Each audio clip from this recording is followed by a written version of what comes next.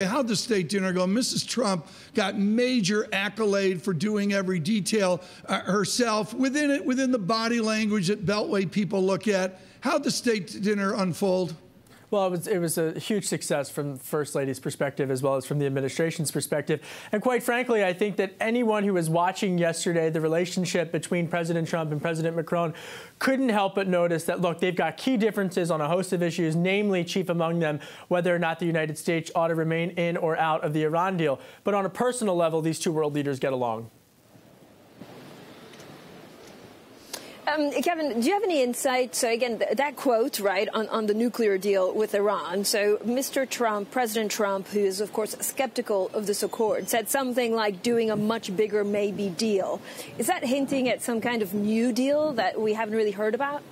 Well, Francine, there was a moment yesterday during the joint press conference between the two leaders when President Trump said to President Macron, essentially, there's no one in the world better than him who knows what decision he will make on May 12th. Now, of course, President Macron didn't say what exactly he thinks will get done, but these are the type of side deals that I think a lot of folks outside of Washington are looking at, because what would it take for, not only France, but also the United Kingdom and Germany, German Chancellor Angela Merkel coming to Washington on Friday, to urge the president to stay in this deal.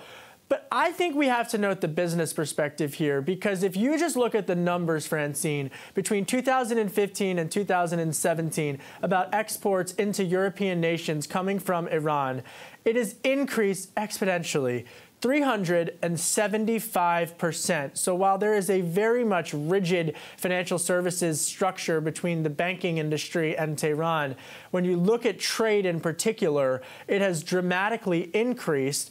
And quite frankly, I think there are folks here in the United States who are saying, why is it that the United States is putting all this pressure to denuclearize Iran, but other countries are getting to benefit economically?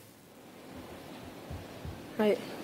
But so, Kevin, so if you run me through it, why is President Trump, blocking this for the moment? Is it because it was reached under President Obama, his predecessor, or can he actually find something that would be suitable for the U.S.?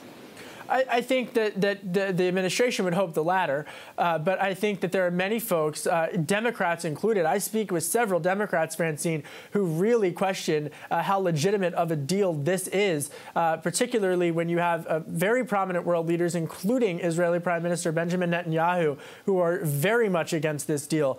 But again, when you look at the numbers, when you look at how the European nations have been able to penetrate into the Iranian market at the expense of other world leaders, such as the United States, I think that raises some concerns from a financial perspective as well.